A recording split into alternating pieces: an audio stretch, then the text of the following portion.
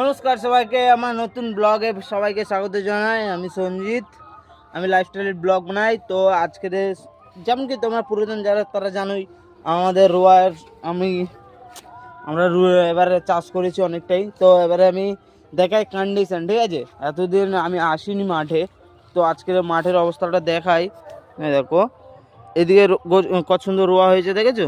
রোয়ার ধান গাছ। আর এই জায়গাটা দেখো, একদম ঘন আর ছোট ছোট। তো এই জায়গাটা হওয়ার কারণ হচ্ছে, আমি একবার বলেছিলাম না যে আমাদের খোলাপচা রোগ লেগেছে, তো ওইতে নষ্ট হয়ে গেছিলো, তো ফের দ্বিতীয়বার ফের রুইতে হয়েছে ওখানে, তো তার জন্য ওটা হয়েছে। তো এখন এসছি মাঠে, শালঘরে এসছি, ঠিক আছে? আমার ঠাকুরদা বাড়িতে নেই, তো আমি দেখতে এসছি কার জল চলছে। তো এসে দেখি তালা লাগানো, চাবি নেই এখানে। এখন কার কাছে চাবি আছে তো কে জানে, সে এখন কখন আসবে তার কোনো ঠিক নেই। তো তাই ভাবলাম একটু ভিডিও বানিয়ে নিই, তোমাদেরকে একটু আপডেট দিয়ে দিই আমার অবস্থা এখন কেমন, রোয়ার কী হয়েছে না হয়েছে। ওটাই তো এখন যাবো না, কারণ দূর থেকে দেখলেই বোঝা যায়। দেখো ওখানে কোনো সমস্যা নেই, পুরো সমান সব। তো ওই জায়গাটাও মানে তার মানে ভালোই আছে, কারণ আমাদের রোয়া যা বড় বড় হয়ে গেছে, তো সেটা প্রবলেম নেই। তো দেখি আবার ঠাকুরদা বলছিল যে সার মারা রয়েছে, ফের কবে সার মারতে হবে তা ঠাকুরদা বলছিল। দেখি কবে মারতে হয়। তো যখন সার মারা হবে ফের তো দেখাবোই।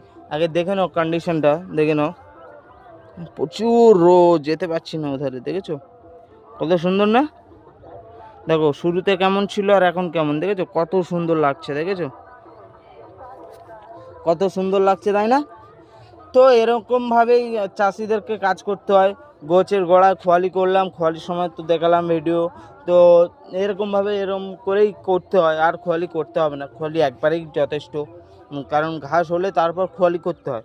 তো আমাদের খোয়ালি করতে হবে না আশা করি, কারণ ঘাস নেই আর আশেপাশে। তো দেখি কি হয়। তো দেখা হচ্ছে দুপুরের ভিডিওতে, ততক্ষণ জন্য টাটা, বাই বাই।